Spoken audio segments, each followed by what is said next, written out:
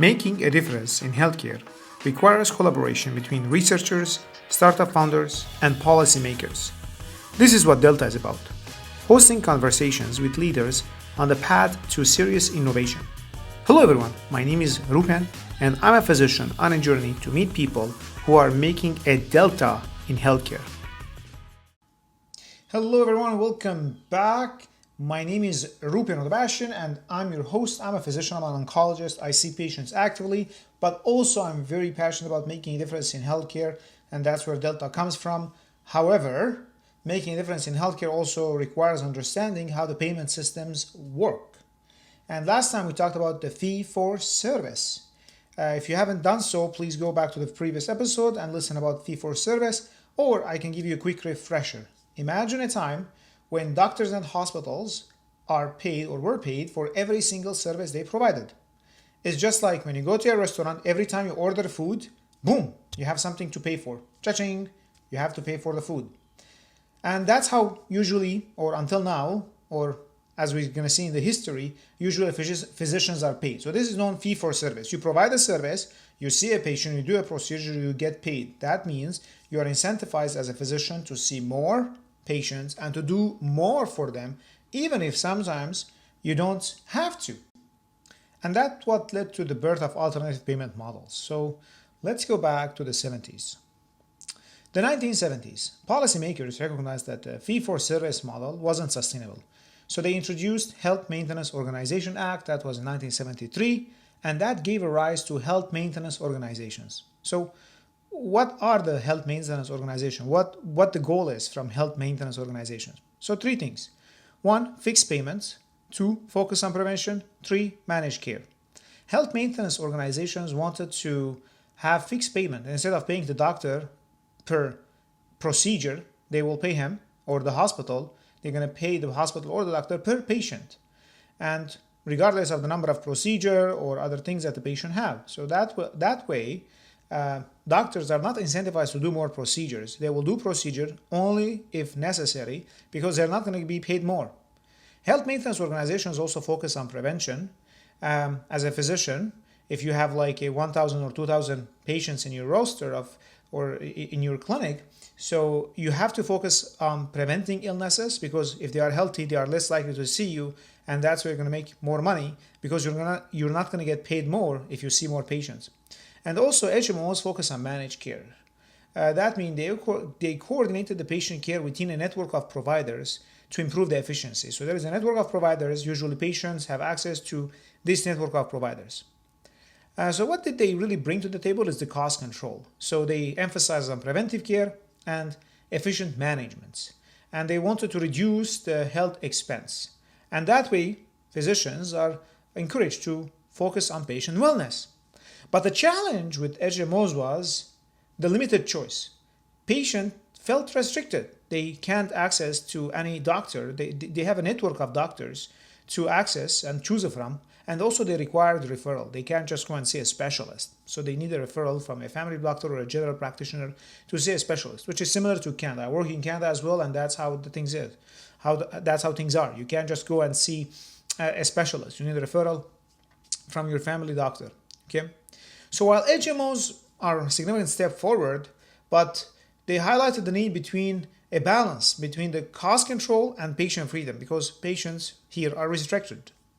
Now, fast forward in the 1980s, that led to the introduction of DRGs, or diagnosis-related groups. Healthcare costs continued to climb, so HMOs helped a bit, but not that much. And the problem is now the hospital expense. To address hospital expense, the government introduced diagnosis-related groups, or DRGs. So what are DRGs? DRGs, it's a fixed payment model where hospitals received a predetermined payment for treating patients with a specific diagnosis, regardless of the actual services provided. And hospitals could keep the difference if they manage care under that fixed amount. And that encouraged them to use resources more efficiently. And that also comes from my experience in the hospitals. So where if we admit a patient, We don't usually give chemotherapy if the patient is admitted. Of course, you have other medical issues to deal with, but we don't admit patients for chemotherapy because the cost is not going to cover chemotherapy. Sometimes, if it's emergency, we will administer chemotherapy, but usually the hospital eats that cost. So hospitals are very focused on reducing expenses. Another example is we don't order PET scans for patients who are admitted in the hospital. We order them for patients who we see in the oncology clinic because the PET scan is very expensive. And guess who is going to eat the expense of the PET scan? The hospital. So what did DRGs bring to the table? They brought two things: cost efficiency and resource management. So hospitals were motivated to eliminate unnecessary tests. And also, they are motivated to better allocate the resources without compromising patient care. But the limitations with the DRG is it is inpatient focused. DRGs primarily addresses hospital stay and really didn't impact outpatient care. Especially in my expertise as an oncologist, most of our care happens in outpatient setting. And also, there is the potential of undertreatment. Sometimes the hospital will not do a procedure because it's expensive and it's not urgent. Well, it depends on the definition of urgency. Non-urgent for a hospital, it is different from non-urgent to a patient. So there is the potential of undertreatment and hospital not doing a procedure because they're not going to get paid for it, and the patient might get discharged, and that will delay the procedure for a week. So that will lead to delay in the patient care. So that was the other limitation of DRGs. However, DRGs marked a shift toward cost containment in hospital settings, and that set the stage for a broader payment reformation. Now, let's move on another 10 years. The 1990s introduced fairness in physician payments. In the 1990s, attention turned how doctors were paid. Now we're back to doctors, just like in the 1970s. And that led to the introduction of resource-based relative value scale, RBRVS, aimed to standardize payments to physicians. So what does this RBRVS, or resource-based relative value scale, means? It's physicians are paid a standardized fee. Payments were based on the time, skill, and the intensity required for each medical service, and also focused on equity, and it aimed to correct disparities where some specialties were paid more than the others for similar level of effort. And this is something we see a lot in healthcare today, where family doctors are underpaid, general providers are underpaid, and cardiologists, I won't say they are overpaid, they are paid fairly well, I would say. Despite both physicians work the same amount of hours. However, the cardiologists get paid more because of the procedures. The same apply for oncology. Oncologists get paid more because they prescribe chemotherapy and they have more expertise in dealing with chemotherapy. But psychiatrists, for example, and pediatrics physicians, doctors who take care of kids and children, are underpaid.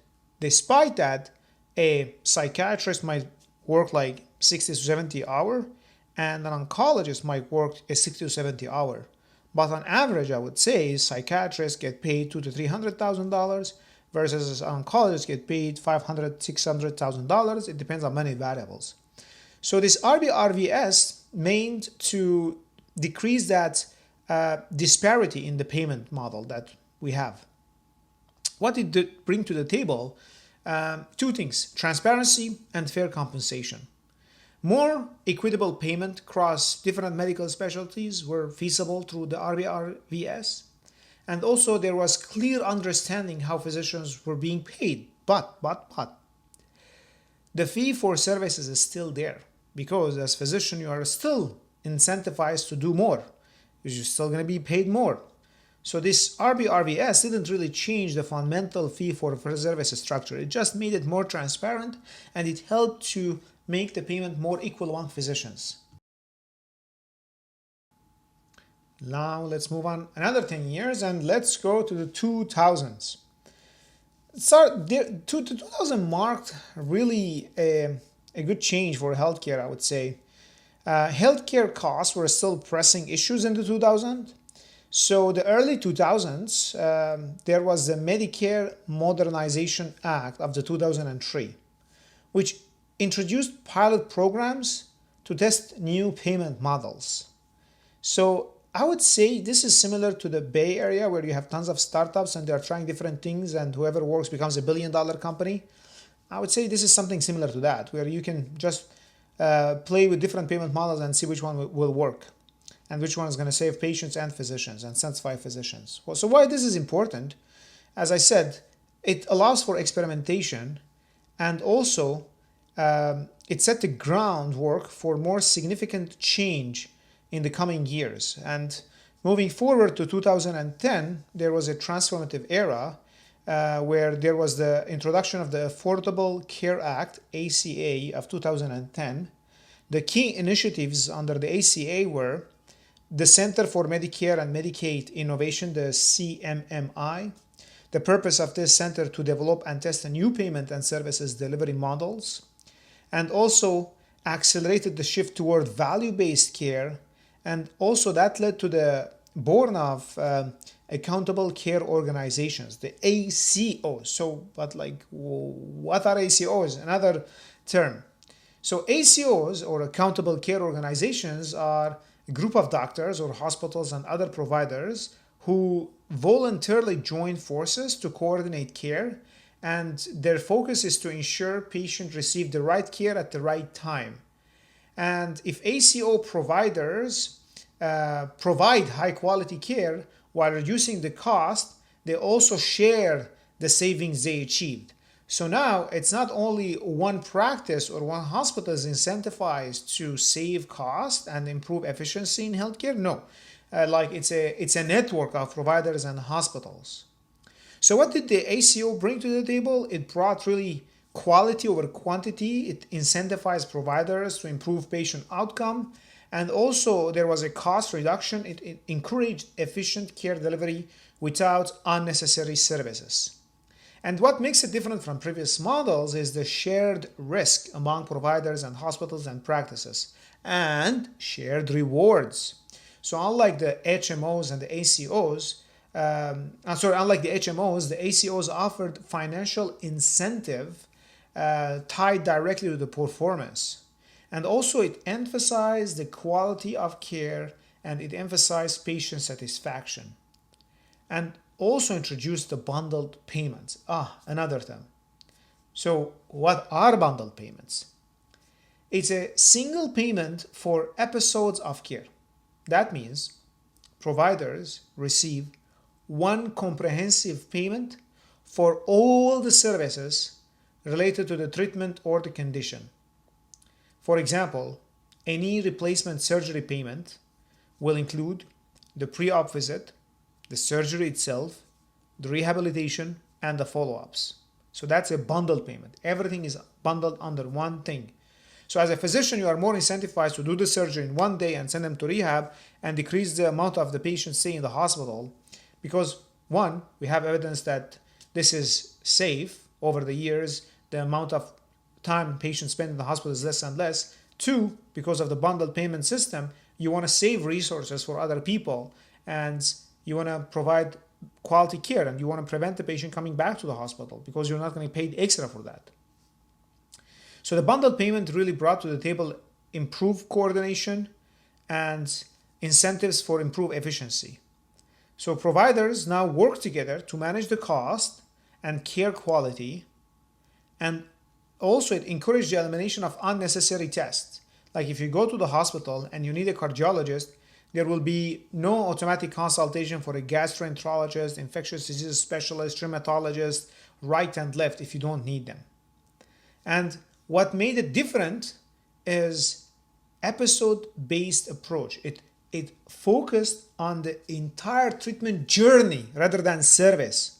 It's a journey, not service. It's not only the knee replacement. No, it's the pre-op visit before the knee replacement. It's the knee replacement itself. It's the post-op rehabilitation. So it's the entire journey that the patient goes through, and also it helped that those different sections of healthcare work together, because they all want the best for the patient to reduce their cost and save more money. And now moving to 2015, there was the introduction of the MACRA or MACRA or MASTRA. It's the Medicare Access and the Cheap Reauthorization Act of 2015. That was another milestone. So it introduced a couple of things. It introduced Quality Payment Program, the QPP. It introduced the Merit-Based Incentive Payment System, the MIPS. This is an important term to keep in mind when we're talking about value-based care. And also introduced advanced APM or alternative payment models, where it offered higher rewards for taking on more risk related to patient outcome. And so what did this MASTRA or MACRA or the MACRA bring to the table? It brought strong incentives. It motivated providers to adopt value-based care models, which we're going to explore more in details. And also it brought flexibility. It allowed providers to choose the path that best suited their practice. How it's different from previous models, it's the individual provider focus. So it placed emphasis on physician performance, not just organizations, and also advanced risk sharing. It encouraged taking on greater financial risk for potential greater rewards. We're going to explore this more in details in the future. And why did new models keep emerging? Because each model addresses the limitation of previous one. We're going to cover more in details and in depth about these different payment models and value-based care. This was just like a historical background. I hope you enjoyed this episode. So just the conclusion, we talked about fee-for-service in the previous episodes. Now we're moving more toward alternative payment models that reflects that the healthcare industry really want to improve cost and improve quality for patient. Each model built upon the lessons that learned from the past. As you can see, there are like 5 to 10 years between each model, new payment model system.